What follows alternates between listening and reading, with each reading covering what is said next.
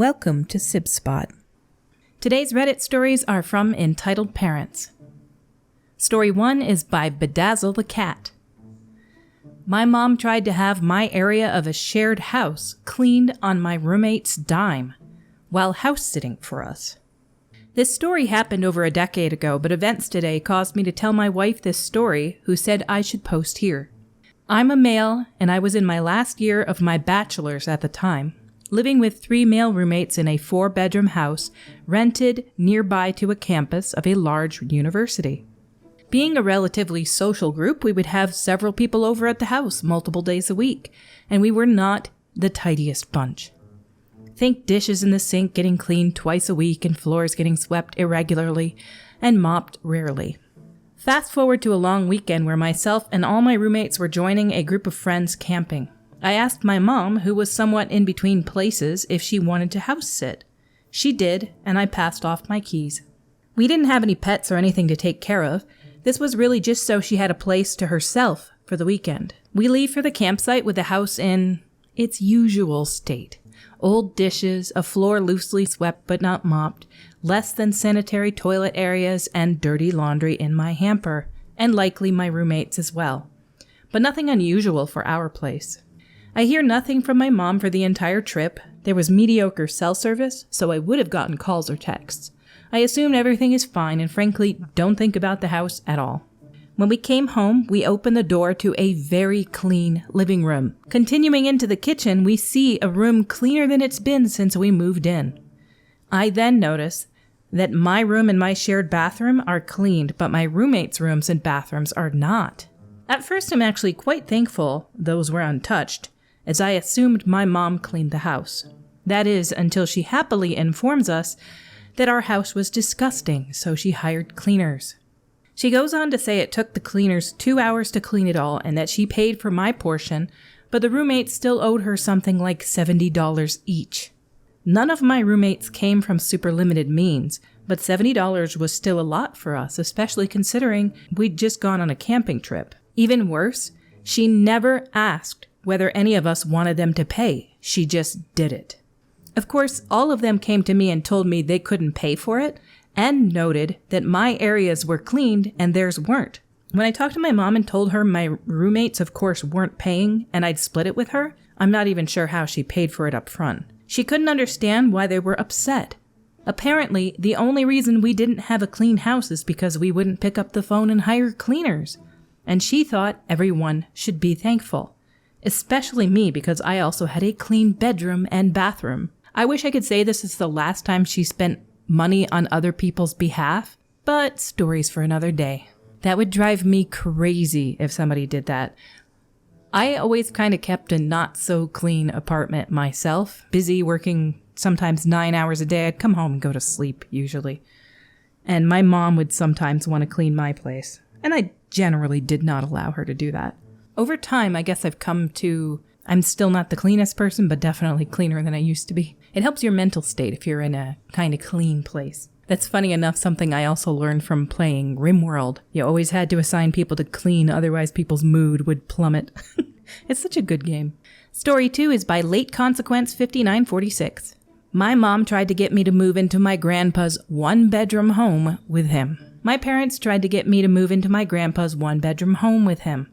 Let me start by saying I'm married. I have 3 animals, but at the time I had 4.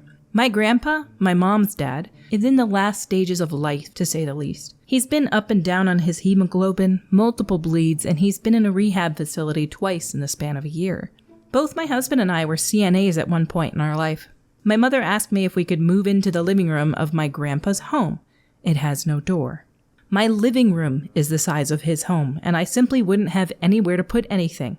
I told her no. My husband already shows minimal affection around my family out of respect. That would kill our intimate life. Also, my cat would definitely cause him to fall more than he already does. She lives in a 4-bedroom home. At the time, none of her kids lived there, so she had 2 offices and a music room and the master, which her and my dad shared. I told her she had plenty of space to house my grandpa. She didn't want to have to renovate the bathroom tub so he could get into it. After giving her a strong no, she went on a rant about how she would have to sell the home she was born in to put him into a home. And 2 or 3 months later, Grandpa's doing fine, and she acts like she never asked me to uproot my life. Lol. I think it's less that she wanted you to cram yourself into there next to him. You and your husband were CNAs at one point, and she knows that he's faltering health-wise, and she wants you in there to keep an eye on him. What's funny about this is she has an obviously massive house. If she wants him to be taken care of, she can pay for a homemaid to come in every day. She does not need you to go in there and keep an eye on him. Our next story is by Anoner23. Mother-in-law living rent-free. I am almost at my breaking point.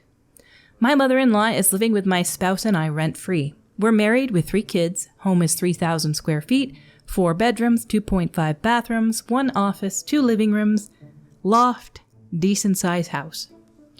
She broke up with her husband in January of 2022 and had nowhere to go, so we let her stay with us so she could get back on her feet, no questions asked.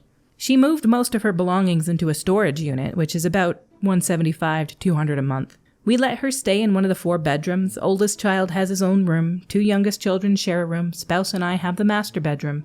Office remains an office. As far as her getting back on her feet, she only works approximately 2 hours a day due to work-related injuries, so her income is pretty limited. She's trying to hang on until retirement, but that's about 7 more years away. We don't ask her to pay us any rent or bills. She's only responsible for her own bills, car, insurance, phone, etc., and her own food. All we ask is she watch the kids when needed due to my spouse and I working long hours and days, and drop off and pick up our oldest child to practice 3 times a week, Monday, Wednesday, Friday. Classes are 1 hour and 15 minutes and only a 10-minute drive away. Oftentimes, she won't drop off or pick up the oldest from practice because she goes to the casino. She actually goes to the casino around 3 to 5 times a week. Her income is already very limited from only working 2 hours a day 5 times a week, yet she chooses to go to numerous casinos anywhere from 1 to 2 hours away, spending whatever little funds she has left. She claims she only uses free points the casino gives her. Whatever. But the gas it takes to get there, money on food, etc. is enough to make it a horrible decision, let alone factoring in that she's living completely free on someone else's dime, while the owners of the home are working their tails off. When either my spouse or I have the day off, she abandons any childcare obligations she has and is out and about on the town doing who knows what. She comes home at 3, 4, 5, even 6 a.m. with bags of junk or food that nobody eats, taking up space in the pantry or fridge, oftentimes rotting until we throw it away. We've allowed her to stay with us to help her out and get back on track, but I can't help but feel I'm being taken advantage of. This whole time, she could have just been saving so she could move out and get her own spot. It's been 18 months of free living for her, no bills, no rent, spending her money on gambling, a useless but expensive storage unit filled with junk that she claims she will use when she gets her own spot again. The only positive is she watches the kids while my spouse and I work. But even then, it's only for a few hours a day at most, since we work different shifts, and one of us are usually at home. When asked if she has a plan, she says she's only staying here until we no longer need her, and she's been saving up to get her own spot. The math doesn't add up, and her actions don't exactly give me the warm fuzzies either. I think I'm at the point where she needs to move out and get her own spot, but at the same time, I don't really think she's saved a dime. If she really hasn't saved a dime this whole 18 months living with us, is it wrong to kick her out, being that she's my mother-in-law? There's FWIW again, it means something. I feel like it's something about forewondering. She's a very kind-hearted, sweet person, just doesn't seem to have her priorities straight at all.